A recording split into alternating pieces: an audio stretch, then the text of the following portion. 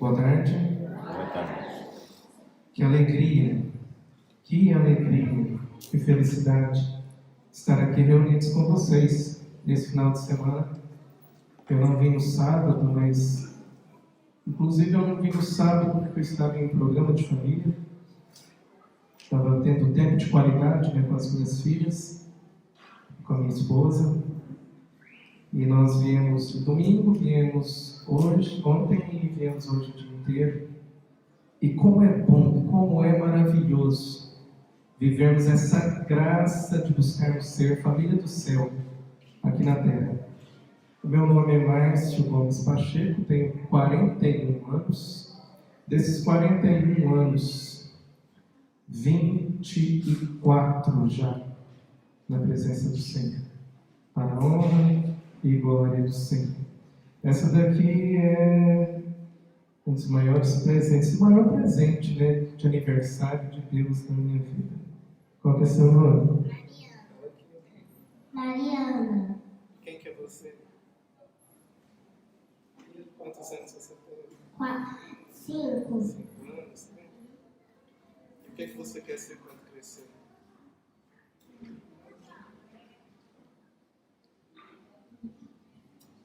Quer ser santa? O que você quer ser quando crescer? Cantora, bailarina e santa. Quer ser cantora, bailarina e santa. E você ensaia todos os dias, né, filha? Para ser cantora, bailarina e santa, né? Inclusive, você até criou uma brincadeira, não criou? Explica como que é a sua brincadeira. A gente tem que tirar uma cartinha do copinho. Quem pegar as palavras que Jesus gosta, ganha. Quem pegar que Jesus não gosta, perde. Quais são as cartinhas que Jesus gosta? Obedecer os pais e os avós, verdade e amor. Qual que é a cartinha que Jesus não gosta? Mentira. E como que nasceu essa brincadeirinha no seu coração? Como que nasceu essa brincadeira no seu coração?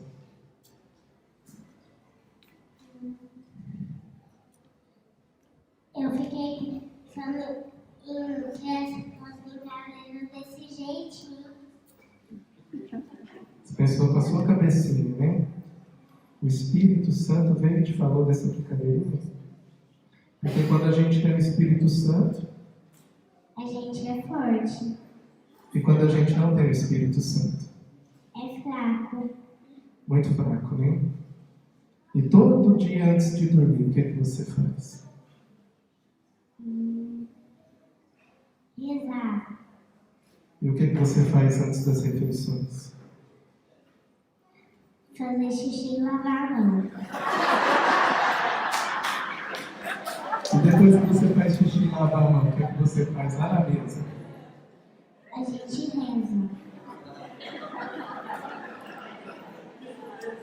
Amém? Tem que ser bem higiênico antes de rezar aqui. E qual que é a sua oraçãozinha antes de comer?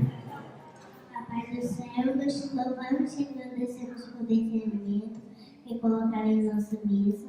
Pedimos também daquelas famílias que não têm alimento espiritual.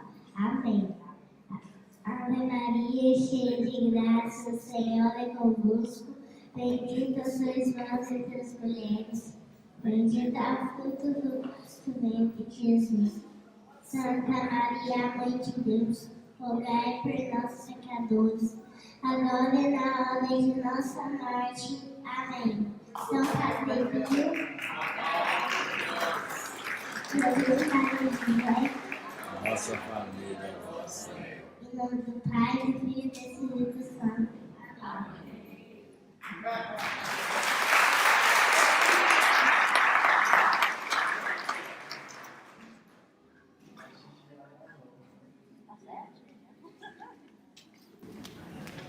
Algum tempo atrás eu perguntei a Mariana se ela queria pregar com o papai. Porque a vida da Mariana é uma verdadeira pregação. A Mariana, ela nasceu no dia do meu aniversário. Sem eu pedir para Deus. Eu pedi para Deus e só para Deus. Eu não pedi para ninguém.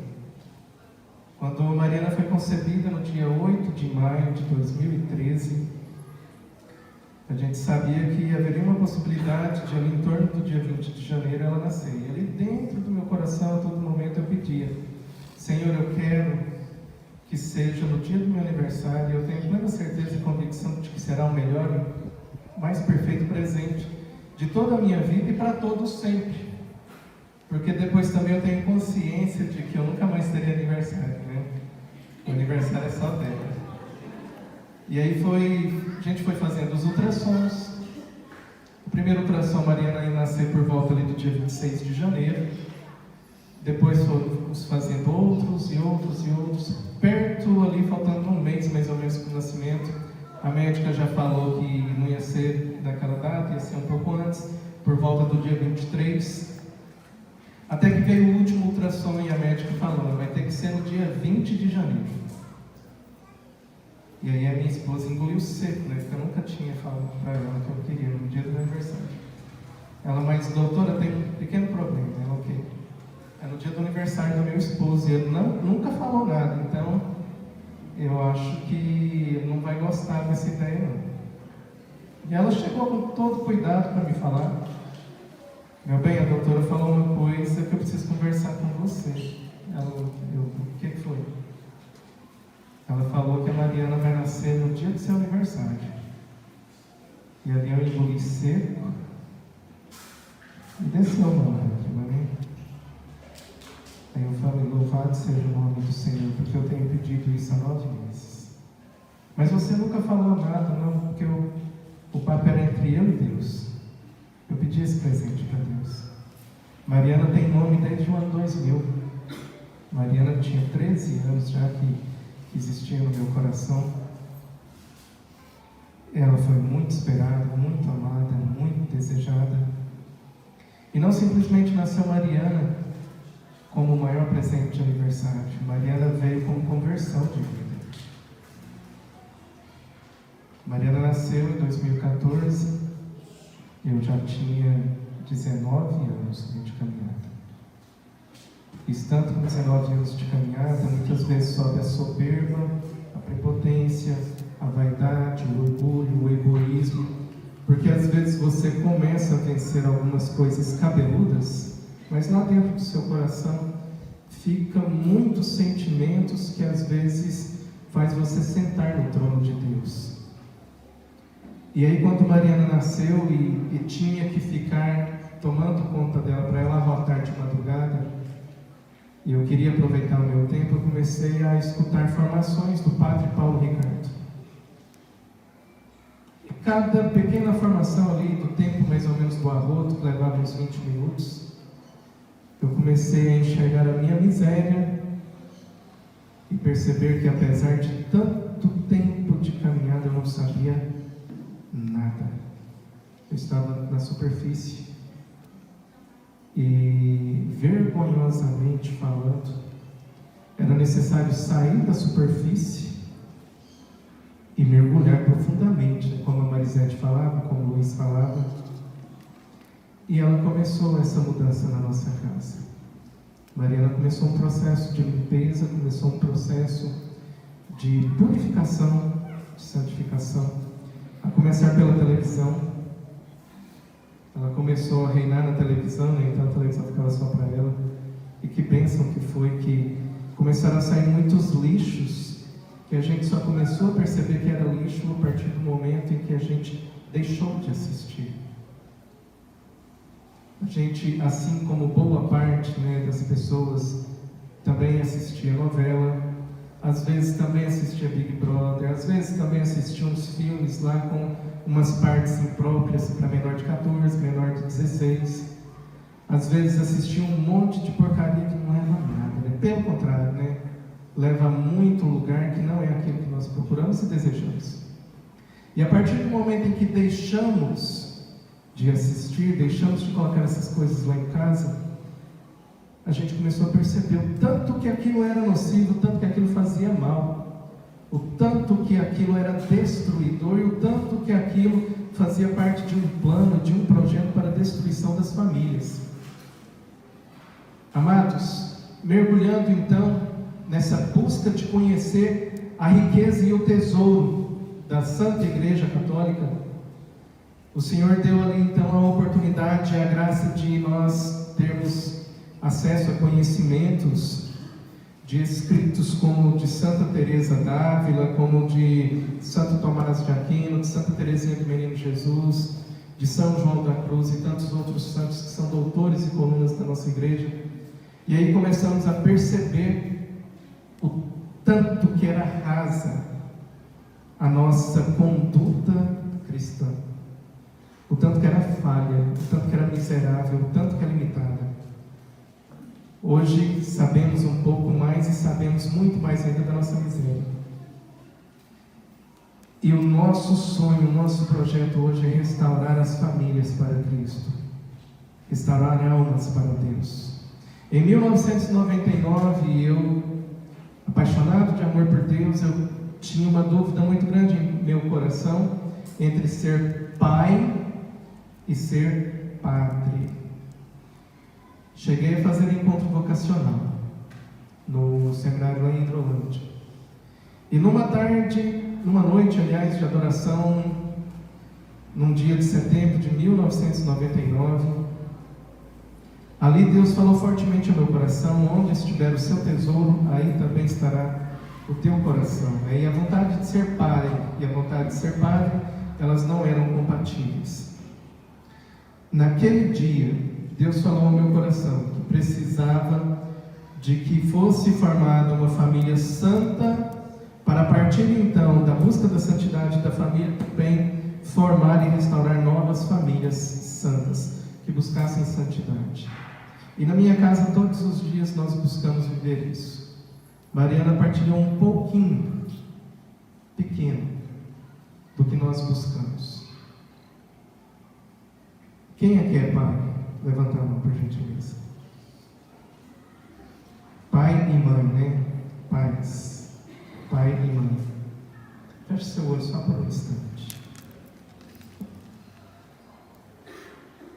Quando o seu filho estava na fase educacional, na fase de formação, quais foram os sonhos e os projetos que você sonhou para seu filho, para sua filha? Como que você imaginava o seu filho crescido? Até mesmo as roupas, o local onde ele fosse morar, a família que ele fosse formar. Como que você sonhava e idealizava? Uma pessoa bem-sucedida, uma pessoa mal-sucedida, não sei, tem gente que pensa em um monte de coisa, né? O que você tem sonhado e planejado para o seu filho? Para a sua casa? Para a sua posteridade? Pode abrir os seus olhos. Eu não sei o que você sonhou, mas eu tenho certeza em afirmar que a grande maioria que pensou aí num carro bom, numa casa boa, num cônjuge bom, filhos bons, num curso e num diploma bom, porque assim pensam todas as coisas. E o mais importante fica para trás. Meus irmãos, nós fomos gerados para a eternidade. Diploma não conquista eternidade. Carro do ano não conquista eternidade. Casa boa não conquista eternidade. Dinheiro no banco não conquista eternidade. Nada disso que você toca e que é tangível, que você enxerga com a aparência, nada disso te garante para o que é mais importante. E como pais, muitas vezes nós somos falhos em pagar escolas caras, quando nós damos conta, ou às vezes quando nós damos além daquilo que damos conta. Muitas vezes nós nos sacrificamos até mesmo pensando em dar uma vida boa, um futuro bom, e nós entregamos a ruína nas mãos dos nossos queridos. Porque muito mais importante do que nós gerarmos filhos biológicos para o mundo, é gerarmos filhos para Deus.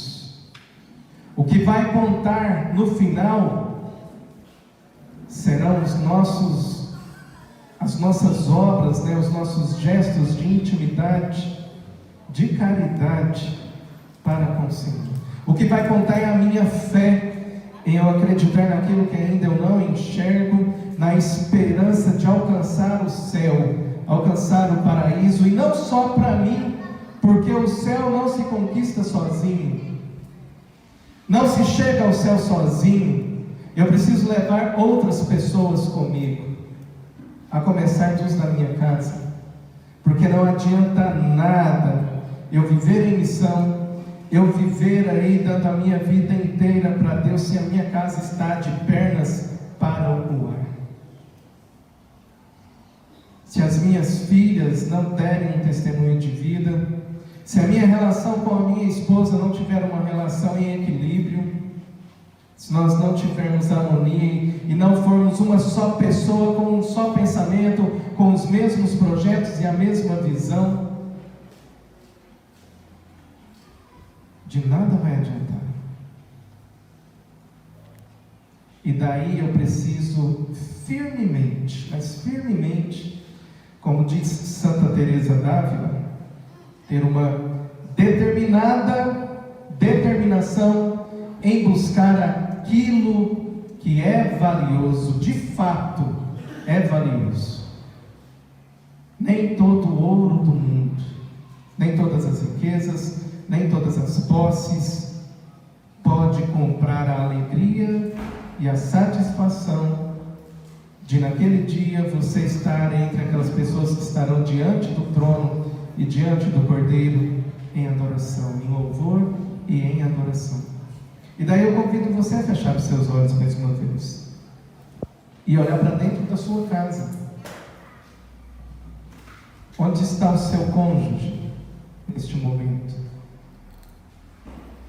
Onde estão os seus filhos? Como está a sua casa hoje? Está tudo de perna para o ar?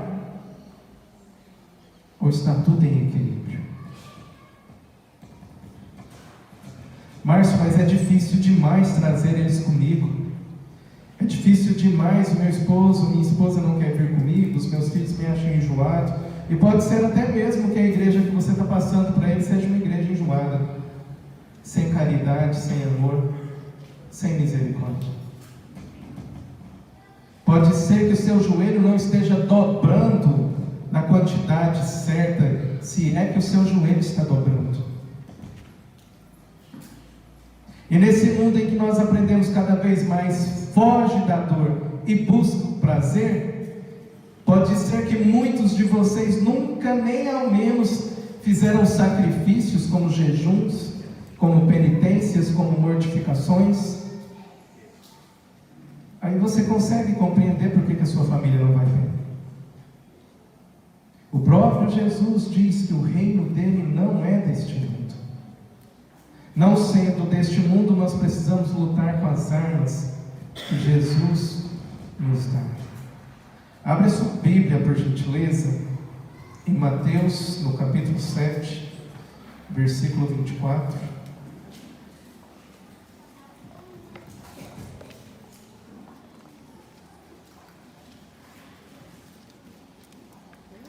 Mateus, no capítulo 7, versículo 24.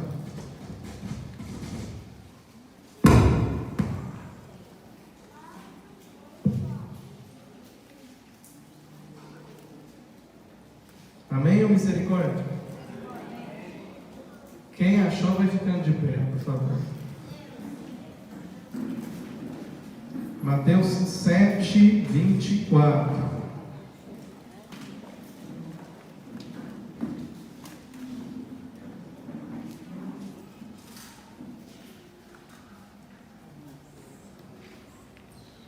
Aquele, pois, que ouve estas minhas palavras e as põe em prática, é semelhante a um homem prudente que edificou a sua casa sobre a rocha.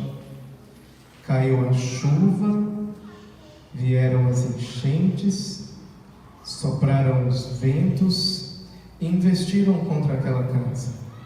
Ela, porém, não caiu porque estava edificada sobre a rocha.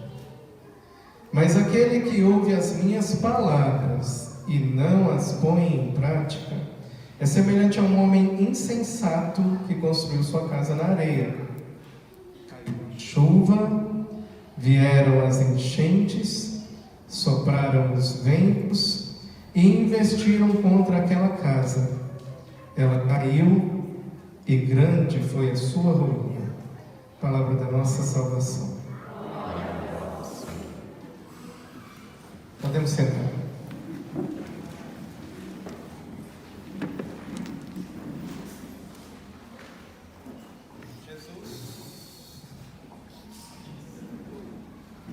Oi, som. Jesus, ele começa falando então o que mesmo? Aquele pois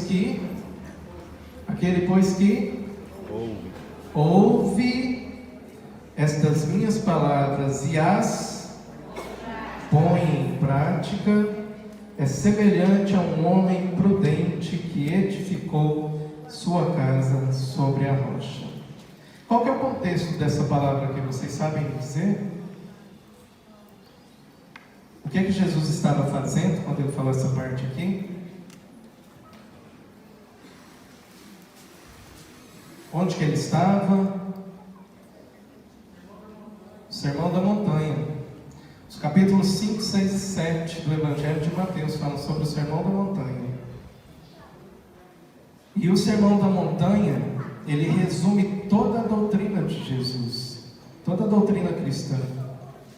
Então, quando Jesus fala, aquele pois que ouve estas minhas palavras, era justamente aquele todo o discurso que Jesus tinha feito no capítulo 5, no capítulo 6 e no capítulo 7. É lógico que naquela época não era dividido assim em capítulo e versículo. O evangelista narrou ali um acontecimento. Então, quando Jesus, ele olha aquele povo, aquela multidão, à beira ali do mar da Galileia, que estava como que sem pastor, ele sentiu misericórdia e compaixão no seu coração e começou a ensiná-las. E começou ali a dar aconselhamentos, começou ali a dar direcionamentos. Mas aí, meus queridos, de nada adianta se Jesus falando, aquele que ouve estas minhas palavras e a põe em prática, como é que eu vou colocar em prática uma coisa que eu não conheço? Como é que eu vou colocar uma coisa em prática que eu não ouvi falar? O pior de tudo, como é que eu vou colocar em prática aquilo que eu tive preguiça de procurar? Desculpa falar, mas num dia que tem 24 horas, e dessas 24 horas, se você dormir 8, coisa que eu duvido que aconteça, mas pode ser que aconteça, sobrará para você ainda 16 horas. Dessas 16 horas, se você não tem tempo de ler um capítulo da Bíblia por dia, não vou, capítulo não, né? O Evangelho do dia é metade de um capítulo, às vezes é tão pequeno que é metade da metade da metade do capítulo. Então, se eu não tenho a disposição, lembrando o que o Tassiano disse, né? Eu preciso ter o quê? Vontade. Às vezes eu me perco muito no sentir. E quando eu me perco muito no sentir, sabe o que acontece? Eu vivo de encontro em encontro.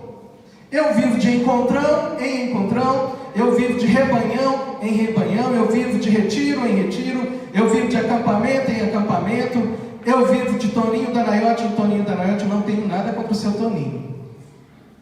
Falando aqui, pode até pensar isso. Pelo contrário, me admiro demais. E sempre quando dá, a gente leva ele lá no grupo de oração. Mas existe uma diferença tão grande. O dia que o seu Toninho da Naiote vai lá no nosso grupo de oração, a gente não pode reunir no nosso salão. Sabe por quê? Precisa ir para a igreja. Não cabe. E lá dentro da igreja Nossa Senhora Aparecida fica bufante, gente. Quem já foi aqui quando seu Toninho da Norte foi lá? E por que na semana seguinte cabe no salão? Quando o Cleiton veio e fez o tríduo, mais uma vez também, né, não cabia de gente ali dentro, de fora a fora. Mas as pessoas vão atrás de quê? De milagre, de cura, de libertação, de milagre, de cura, de libertação, de milagre, de cura e de libertação, atrás do Deus do controle remoto ou do gênio da lâmpada, em que eu esfrego lá o Deus gênio da lâmpada e ele vem e cura as minhas feridas. Eu esfrego lá a lâmpada e ele vem e atende o meu pedido, né? Porque o gênio da lâmpada é esse. Eu esfrego a lâmpada e ele me atende 3 pedidos. Meus irmãos, eu preciso exortar vocês disso. Deus não é o gênio da lâmpada, em que você basta esfregar uma lâmpada, ou esfregar o rosário, ou esfregar sei lá o que, Ele vai atender o seu pedido. O Senhor tem sede do momento em que chegarão os verdadeiros adoradores, que hão de adorar o Pai em espírito e em verdade. Como, Márcio? Aquelas pessoas que tiram um tempo do seu dia, todos os dias. Não é de reunião em reunião do grupo de oração, não é de rebanhão em rebanhão, não é de encontrão em encontrão, mas todos os dias para ser íntimo do Senhor. E aí, nós queremos, né? Nós temos sede, nós desejamos, nós somos ansiosos por edificar a nossa casa sobre a rocha. Mas eu fujo da rocha. Jesus não é a pedra angular? Se eu pedir para levantar a mão de quem reza todos os dias, quem medita na palavra, quem faz um momento de oração de qualidade, e oração de qualidade, vou até ler aqui um trecho que Santa Teresa d'Ávila, ela fala, no livro Castelo Interior. Aqui ela fala quando é que a pessoa entra numa vida de oração, né? Pode falar que tem vida interior, pode falar que ela está buscando intimidade com Deus. Até onde eu sei, a porta de entrada desse castelo é a oração e reflexão. Tanto faz que seja oração mental ou vocal. O que realmente importa para ser oração é que haja reflexão. Presta atenção nisso aqui agora. Se não se atenta com quem se fala, o que se pede, quem pede e a quem pede, não chamo isso de oração. Ainda que os lábios se movam muito, se for eventualmente, será porque se teve esses cuidados antes. E se alguém tem o costume de se dirigir à majestade de Deus como a um criado, sem ao menos reparar no que diz, mas, presta atenção, repete maquinalmente o que decorou, depois de recitá-lo muitas vezes, saiba que também não considera oração. Então, de nada adianta você ficar, presta atenção no que eu vou falar, você ficar repetindo Ave Maria, Ave Maria, Ave Maria, Ave Maria, Ave Maria, Ave Maria, Pai Nosso, Ave Maria, Ave Maria, Ave Maria, Ave Maria, se esse momento em que você está fazendo não é um momento de meditação e de reflexão.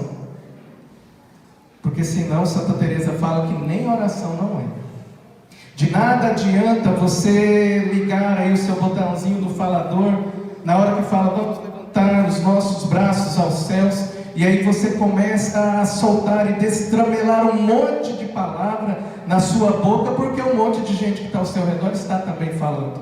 Porque se você não está ligado a Deus, pensando em Deus, pensando no que você está falando, com quem você está falando, o que você está falando, é palavra jogada fora. E aí eu vou mais além, né? Tem muita gente que pergunta, eu rezo e não adianta. Não vai adiantar. Se você não tiver aquela coisa que te liga ao coração de Deus, se o seu coração não estiver em sintonia com o Senhor, se o seu propósito ao se ajoelhar, ao buscar uma oração, em abrir a palavra do Senhor, em começar a rezar o seu rosário, se a sua intenção não for de ter intimidade com Deus, eu não vou falar que de nada adianta, porque pelo menos você não está pensando em coisa errada, mas a sua oração não gera fruto, e é preciso mudar isso. Todos nós queremos ter família santa, família renovada, família restaurada.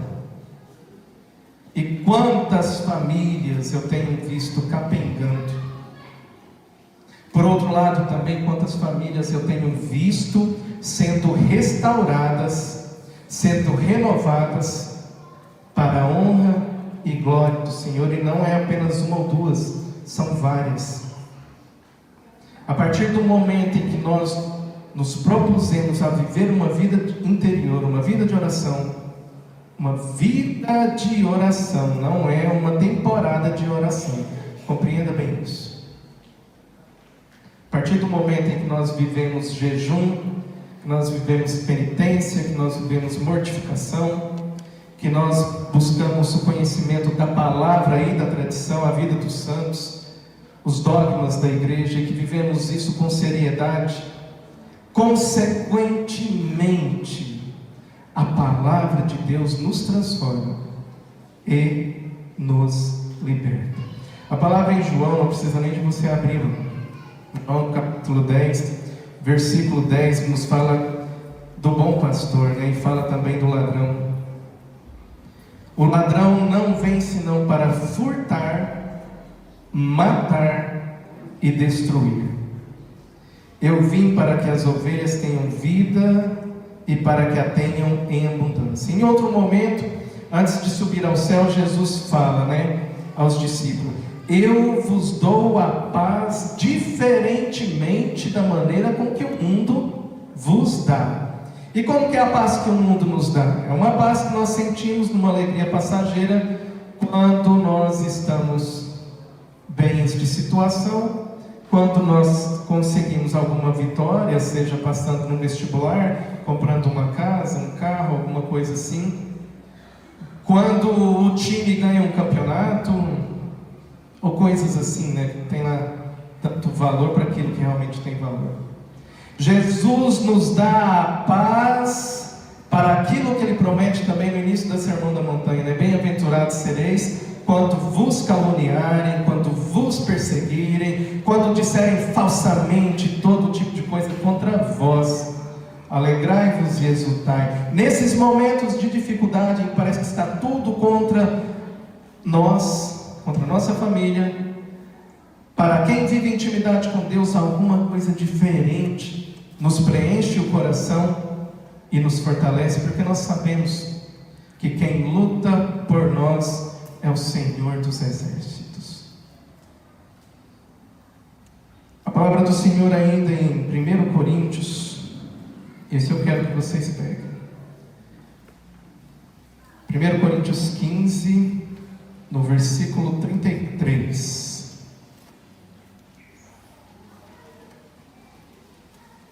1 Coríntios 15, versículo 33.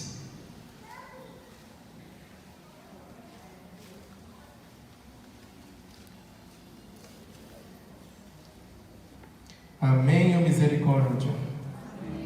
1:15:33.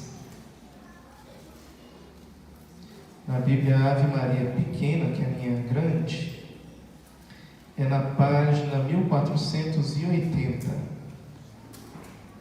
1480 na Bíblia Ave Maria pequena.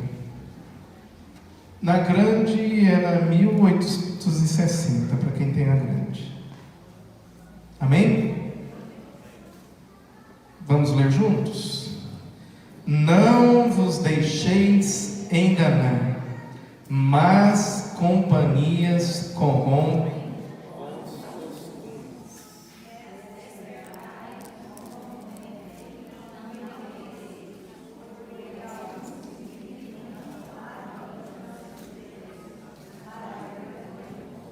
Era só o primeiro, que o microfone acabou. Vamos lá de novo. Não vos deixeis enganar, más companhias corrompem bons costumes. Vira para a pessoa que está do seu lado, repete isso para ela. Más companhias corrompem bons costumes. Fala para a pessoa que está do outro lado. Más companhias corrompem bons costumes. E é incrível, amados, o tanto que tem gente que não abre mão de uma má companhia, de uma péssima companhia. Quer um exemplo? O que passa lá na sua televisão? Qual que é a sua companhia que você tem todo dia à noite?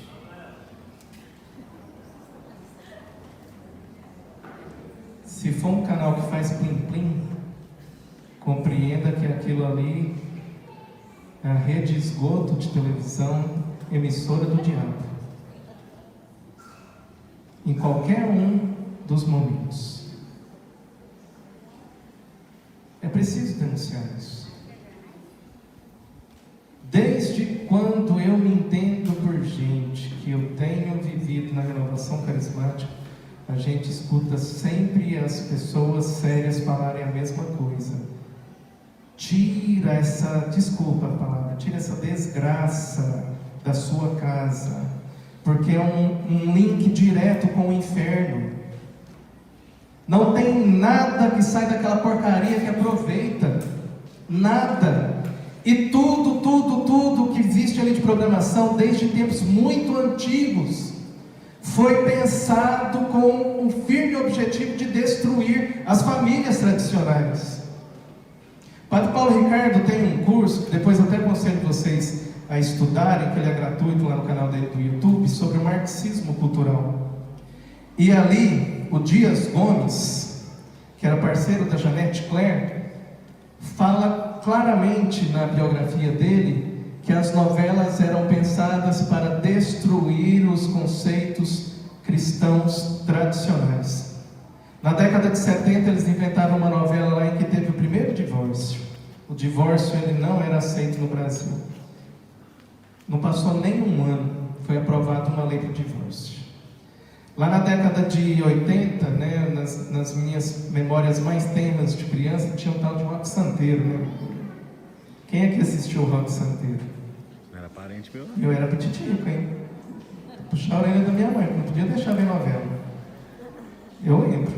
Era parente. Cantava a fitinha todinha do Roque Santeiro.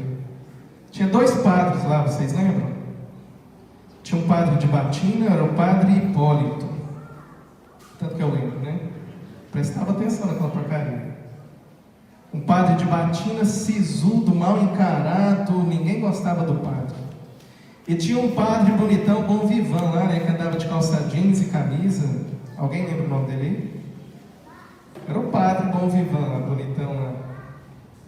O padre que era envolvido, engajado, né? Com a libertação dos sem terra, do povo que vivia os problemas aí da desigualdade social, leia-se entre aspas, teologia da libertação. O padre ele se apaixona pela filha do fazendeiro senhorzinho Malta, né? E o padre até deixa batinho para viver com a filha do fazendeiro. E o povo torcia para o padre largar a batina. Não largou a batina, né? Ele não tinha batina.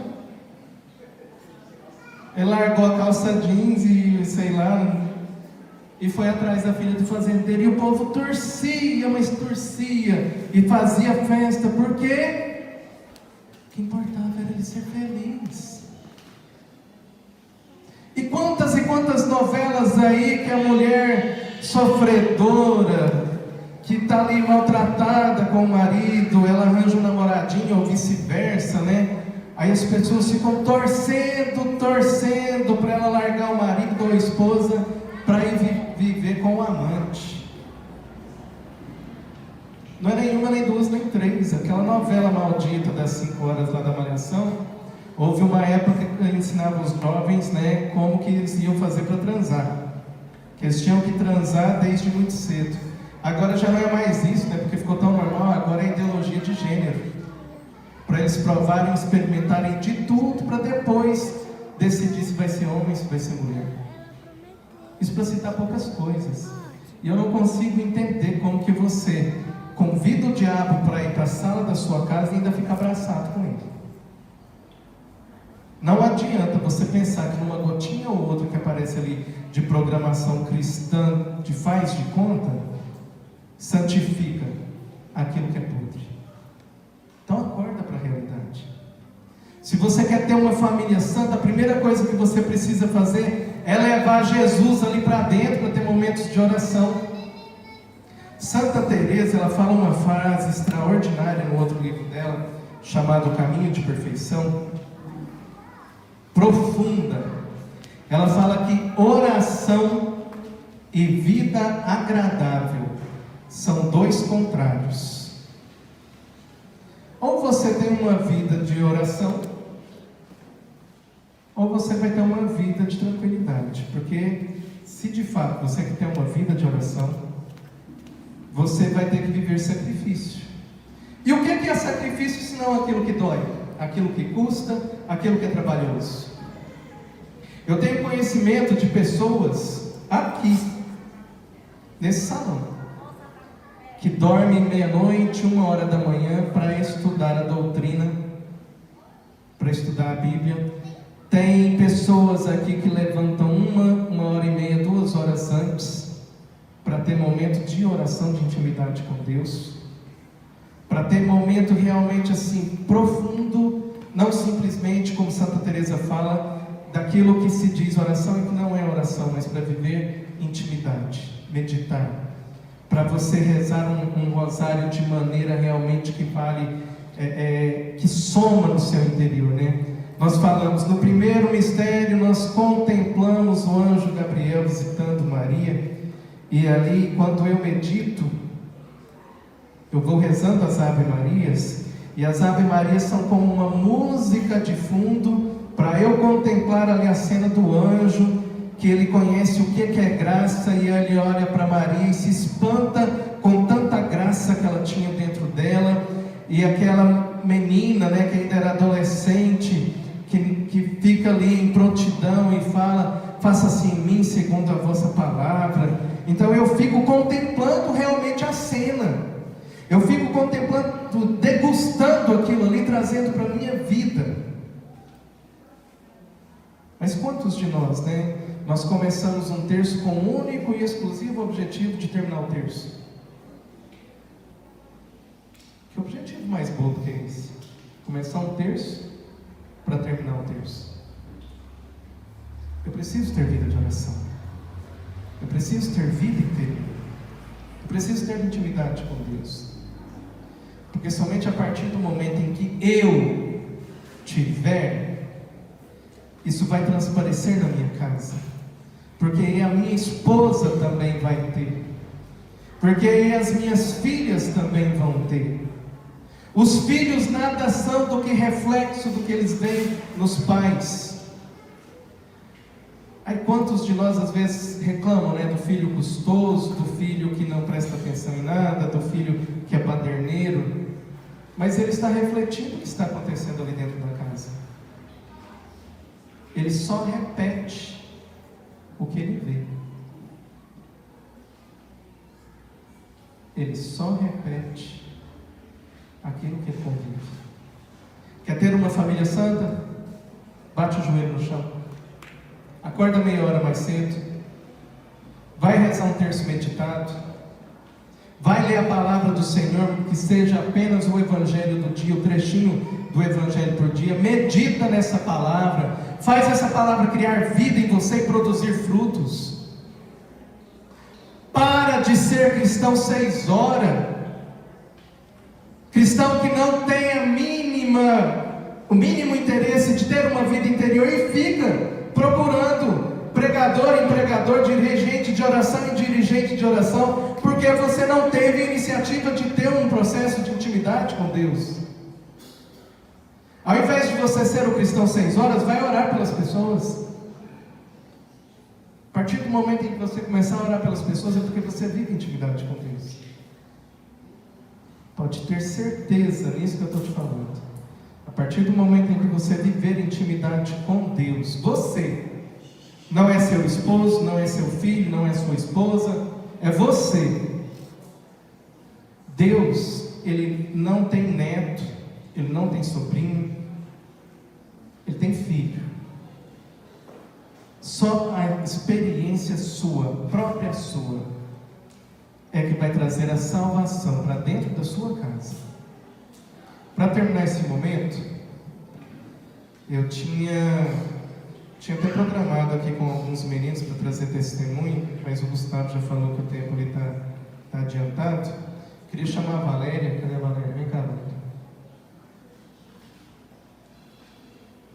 Temos vários testemunhos lá no grupo de oração de famílias desajustadas que se ajustaram. Temos o exemplo, o testemunho do Reginaldo, tentou suicídio 3 vezes. O ano passado eu acompanhava essa família, no mínimo foi 3 vezes que a Patrícia falou que ia separar. Porque o Reginaldo queria colocar a goela abaixo dela lá, a questão da submissão da mulher, né? E ele não entendia que depois da parte da submissão da mulher, tinha que o homem deve amar a igreja, a esposa, da mesma maneira que Cristo amou a igreja e se entregou por ela, né? Ronaldo também tem um testemunho lindo do que está acontecendo na casa dele, colocando Deus no centro, colocando Deus em primeiro lugar. O Ronaldo, ele também é dirigido espiritualmente, e às vezes ele faz algumas partilhas em que eu vejo a vitória de Deus na vida dele. Assim como outras pessoas, eu procuro conversar com cada um dos servos do grupo de oração. E eu vejo as maravilhas de Deus acontecendo claramente, profundamente, na vida deles. Eu tenho um medo terrível da palavra do mau pastor, terrível. E eu peço ao Senhor a cada dia para que me dê sabedoria e me dê capacidade para poder pastorear cada um dos meninos, cada um dos servos. E nesse tempo, o Senhor, Ele nos dá intimidade e nos mostra as grandezas, as maravilhas que Ele tem realizado em nossas vidas.